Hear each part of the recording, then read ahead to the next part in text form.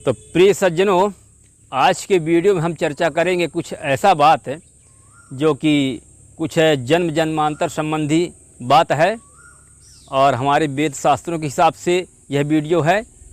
हमारा वेद शास्त्र यह कहता है कि जन्म जन्मांतर होता है, कर्मों का फल भी भोगना पड़ता है, चाहे इस जन्म का कर्म इस जन्म भोग लें या अगले जन्म भोगना पड़े पर भोगना पड़ता है। इसी के विषय में हम आज कुछ चर्चाएं कर रहे हैं।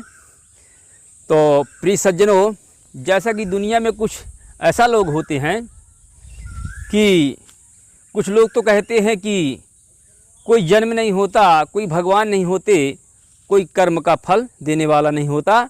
और कुछ लोग ऐसा होते हैं जिनका मानना होता है कि जन्म जन्मांतर होता है और कर्म का फल भी भोगना पड़ता है, चाहे इस जन्म में भोगें चाहे उस जन्म में। तो प्रिय सज्जनों, जैसा कि जो लोग जन्म जन्मांतर को नहीं मानते और ऐसा कुछ सोच उनकी होती है कि हम जुर्म करते रहें, चाहे कानून से बच जाएं बस, और कानून से अगर बच गए तो फिर कौन सज़ा हमें देगा, कोई देने वाला सज़ा नहीं है।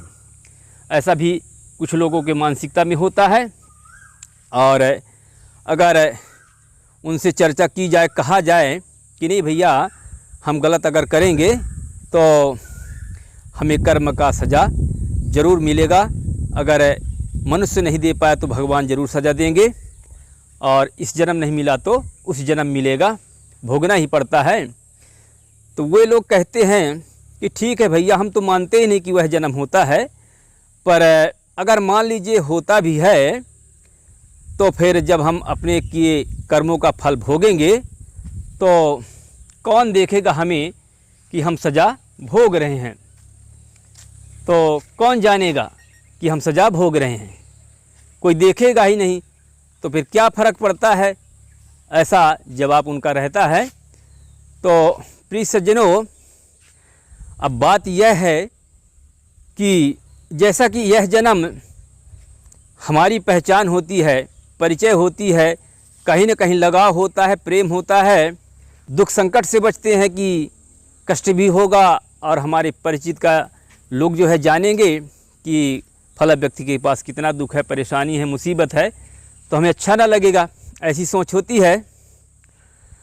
तो ठीक है, वह जन्म भी हमारे परिचित के लोग होंगे, जैसा इस दुनिया में हमारे परिचित के लोग हैं, हमारे पहचान के लोग हैं। तो जब अगला हमारा जन्म होगा, वहाँ भी हमारे दुख को, मुसीबत को देखकर हंसने वाले मिलेंगे, वहाँ भी होंगे। जब हमारी दूसरी जन्म होगी तो भगवान पहले सज़ा नहीं देते तत्काल, पहले पहचान बनती है, आपसी बनता है, रिश्ते बनते हैं, और इसके बाद ही सज़ा मिलना चालू होता है। तो प्रिय सज्जनों, अब चाहे हम इस जन्म को ले लें चाहे अगले जन्म को ले लें, बात तो एक ही है। इसी तरह की दुनिया फिर से होगी, फिर हम जन्म लेंगे।